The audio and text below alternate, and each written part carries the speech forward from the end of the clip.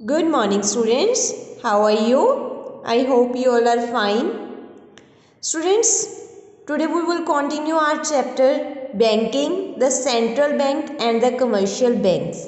And today's topic is Measures to Control Money Supply. कि कौन कौन से वेज हैं जिनसे हम सप्लाई को, क्रेडिट को कंट्रोल कर सकते हैं।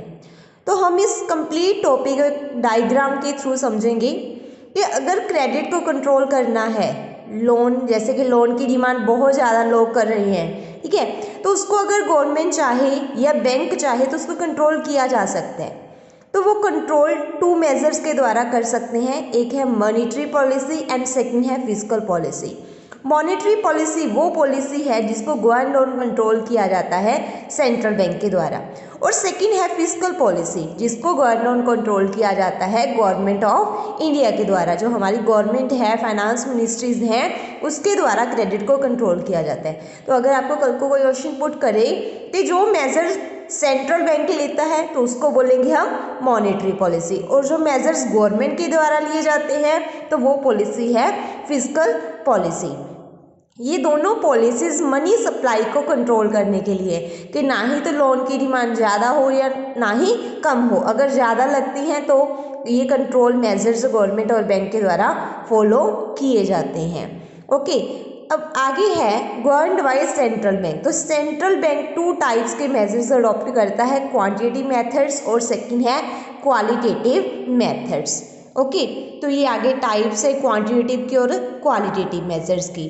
अब है क्या क्वांटिटेटिव मेथड्स कौन से होते हैं, क्वालिटेटिव मेथड्स कौन से होते हैं। फर्स्टली क्वांटिटेटिव मेथड्स वो मेथड्स हैं जो क्वांटिटी से रिलेट करते हैं, मनी से रिलेट करते हैं, जिनको हम मनी में मेजर करते हैं, और इनका इफेक्ट ओवरऑल सारे सेक्टर्स के ऊपर पड़ता है, बिजनेस के या हमारे इंडिया के जो भी सेक्टर्स हैं। जैसे मैंने आपको सेक्टर्स करवाए थे सर्कुलर फ्लो में, बैंकिंग सेक्टर, ठीक है, producer sector, consumer sector, banking sector, government sector, rest of the world sector, तो सभी के ऊपर इफेक्ट पड़ता है किसका, क्वांटिटेटिव इंस्ट्रूमेंट्स का। ये अडॉप्ट कौन करता है, सेंट्रल बैंक। सेकंड है क्वालिटेटिव मेथड्स, इनको भी कौन अडॉप्ट करता है, सेंट्रल बैंक, बट इनका इफेक्ट कुछ ही सेक्शंस के ऊपर पड़ता है, कुछ ही सिलेक्टिव एरिया, कुछ ही सिलेक्टिव स्पेसिफिक सेक्शंस के ऊपर पड़ता है सोसाइटी के। ओके, तो ये है क्वांटिटेटिव और क्वालिटेटिव्स।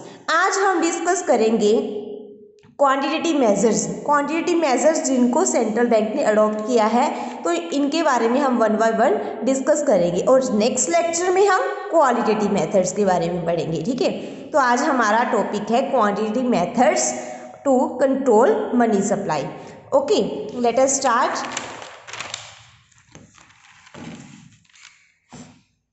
Quantitative methods, quantitative measures.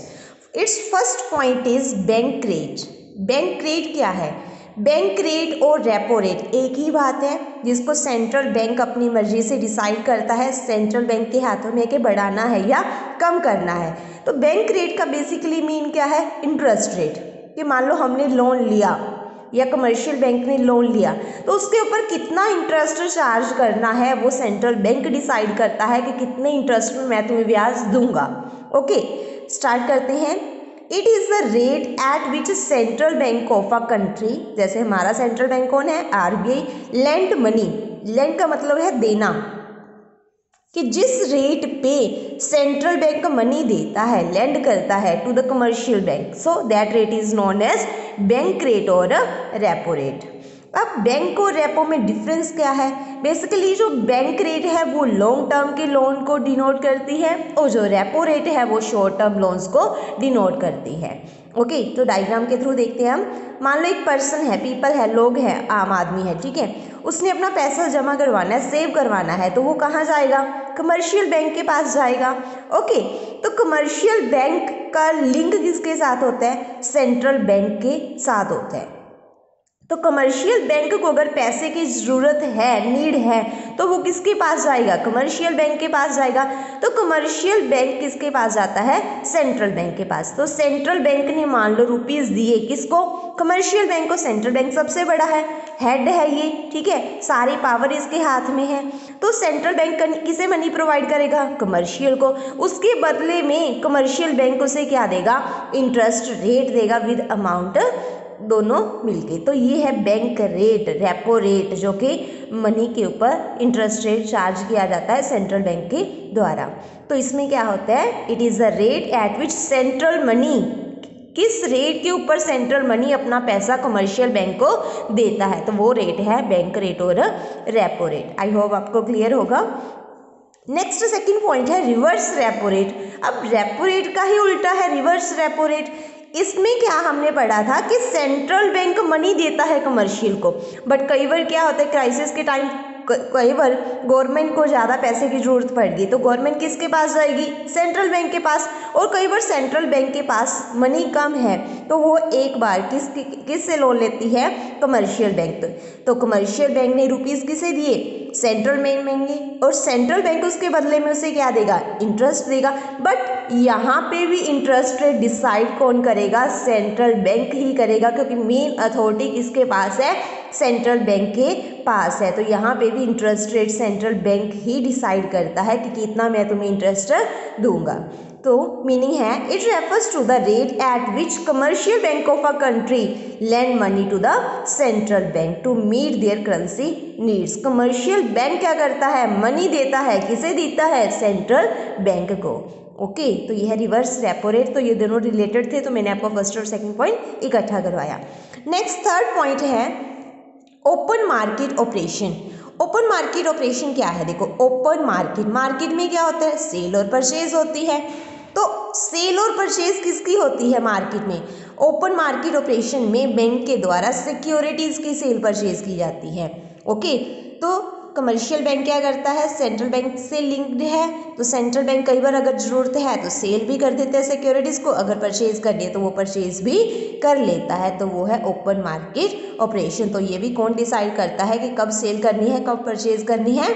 Central bank. Central bank is the full authority, इसके पास ही सारी अथॉरिटी है। तो ये थी open market operation. Now fourth point is legal reserve ratio. LIR और CRR और SLR, ये तीनों पॉइंट्स रिलेटेड हैं, तो तीनों को आपने ध्यान से समझना है। बहुत सारे स्टूडेंट्स को इसमें डाउट होता है, बट आपने अच्छे से समझना है। Liquid reserve ratio, cash reserve ratio और स्टैट्यूटरी लिक्विडिटी रेशियो।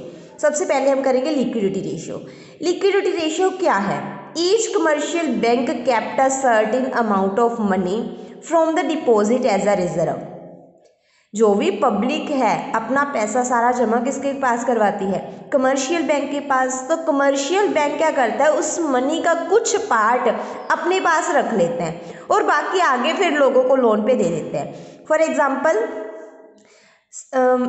लोगों ने, ठीक है, एक पर्सन था, उसने अपना सारा मनी किसको दे दिया? जितनी भी मनी उसने सेव करवानी थी वो कमर्शियल बैंक को दे दी। मान लो उसने अपना 10,000 रुपीज़ दिया, तो 10,000 कमर्शियल बैंक क्या करेगा? 10,000 में से 2,000 मान लो, लेट करो 2,000 उसने अपने पास रिजर्व रख लिया और आगे 8,000 क्या दे देगा? लोगों को लोन पे दे देगा, क्योंकि इमरजेंसी के टाइम 2,000 की ज़रूरत पड़ सकती है। तो कमर्शियल बैंक सारा 10,000 आगे लोन पे नहीं देता, कुछ अमाउंट वो अपने पास सेव रख लेता है। तो वो जो अमाउंट अपने पास रखता है वो क्या है? Legal reserve ratio. Each commercial bank, सारे जो कमर्शियल बैंक्स हैं, जब भी पैसा लोन पे लेते हैं लोगों से, लोग सेव करवाते हैं, तो उसको कुछ पार्ट अपने पास सेव रख लेते हैं और फिर आगे फर्दर उसको लोन पे दे देते हैं बाकी के अमाउंट को। ओके, फिर डायग्राम के थ्रू कंप्लीट CRR और SLR मैं आपको एक्सप्लेन करती हूँ। मान लो एक पर्सन ने अपना डिपॉजिट करवाया कमर्शियल बैंक के पास 100 रुपीज़, तो कमर्शियल बैंक के पास अब 100 रुपीज़ आ गए, उसके पास एक्स्ट्रा पड़े थे पर्सन के पास, उसने कमर्शियल को दे दिया। ओके, तो कमर्शियल क्या करेगा? 100 रुपीज़ आ गए उसके पास, अब वो सारी अमाउंट लोन पे नहीं देगा। मान लो उसने क्या किया, आगे 20 रुपीज़ अपने पास रख लिए, ठीक है। आगे 80 रुपीज़ किसी फर्दर पर्सन को उसने क्या दे दिया, लोन पे दे दिया, ठीक है। मतलब 80 रुपीज़ दे दिए, 20 पास खुद रख लिए, तो 20 रुपीज़ क्या है, वो रिजर्व है, वो LRR है, लीगल रिजर्व रेशियो, जो उसके पास खुद के पास रिजर्व पड़ी है। तो ये भी कौन डिसाइड करता है, सेंट्रल बैंक, कितने परसेंटेज रखनी है। आगे क्या है, CRR। अब 20 रुपीज़ किसके पास पड़े हैं, कमर्शियल बैंक के पास। फिर कमर्शियल बैंक आगे क्या करेगा, 20 में से उसका कुछ पार्ट RBI को देना पड़ेगा।